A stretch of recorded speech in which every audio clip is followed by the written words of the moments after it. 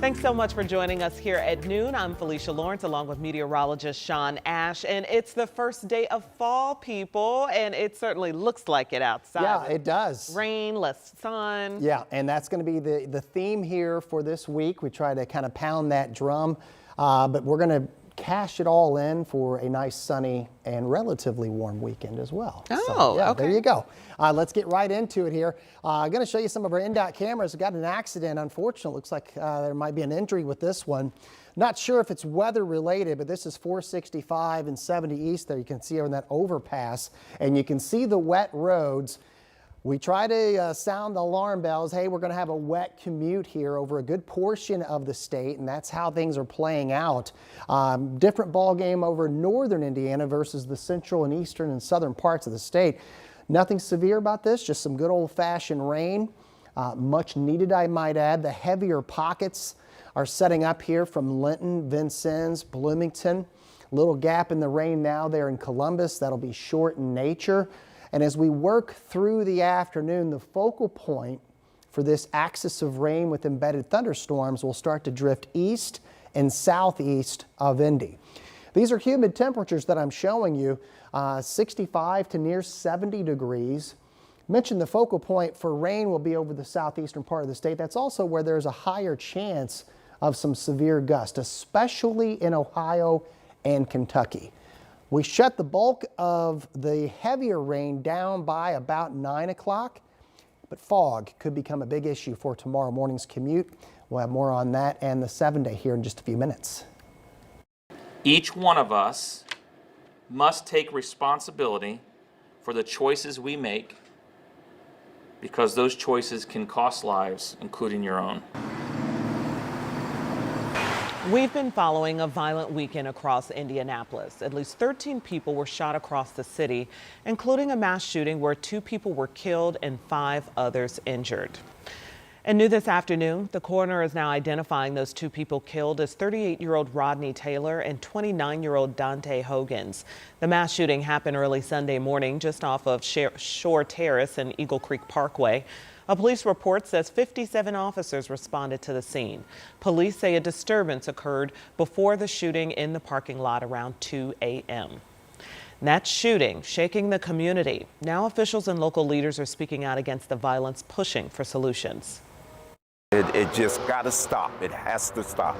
Calls for peace across Indianapolis after a deadly mass shooting and triple shooting on the Northwest Side. Young Men Inc. founder Malachi Walker says instead of taking out a gun, people should leave the situation before it's too late.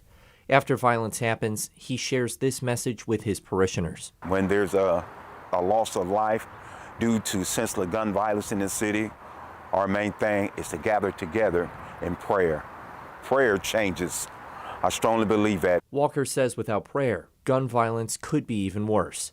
For City County Councilor Michael Paul Hart, who's on the Public Safety and Criminal Justice Committee, this weekend's shootings are frustrating. Talking to his constituents when these violent crimes happen, they say criminals don't fear consequences for their actions. We're not taking bad guys and sticking them away for a long time, and it really impacts our police department. It really impacts the city of Indianapolis, and that's the biggest problem I'm hearing from people, is that they think there's no fear for criminals in the city of Indianapolis. Fervent Prayer Church lead pastor James Jackson says this violence is happening more often in the last few months. Very concerned about that, and very concerned about the, as I have always been, concerned about the ages of those either pulling the trigger or getting shot. Jackson says some people in his congregation are scared, hoping they won't become victims. Others are legally buying guns in an effort to protect themselves. He encouraged everyone to work together to make Indy peaceful. There's no time that we can think that if we have peace on our own block or in our own homes, that we have peace.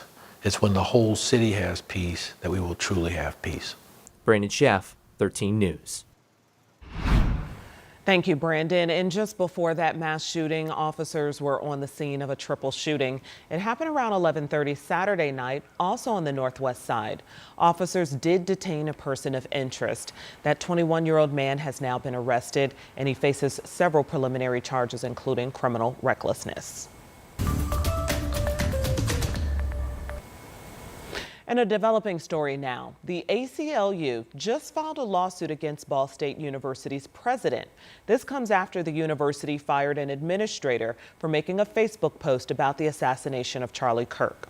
Suzanne Swierk is the former director of health promotion and advocacy at Ball State.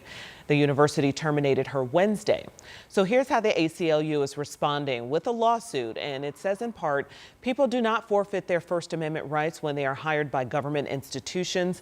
Public employees are free to speak on matters of public concern so long as they are speaking as private citizens. End quote. Swierk's Facebook post clearly meets these, it clearly meets these criteria, and her termination was unconstitutional. End quote. Ball State has a second employee's social media post under review, and we're going to have more on this reporting tonight on 13 News. An inmate on death row in Indiana is pushing to stop his execution. Roy Ward is convicted of raping and murdering 15-year-old Stacey Payne back in July of 2001. He appealed his first conviction but was still sentenced to death in his second trial. Now the Indiana Parole Board is holding public hearings on whether he should be granted clemency. In court today, Ward's attorneys argue that he has remorse and cares about the situation, but they say he is not speaking because he cannot express his remorse properly. His execution is set for October 10th. We expect to learn more as the hearings continue.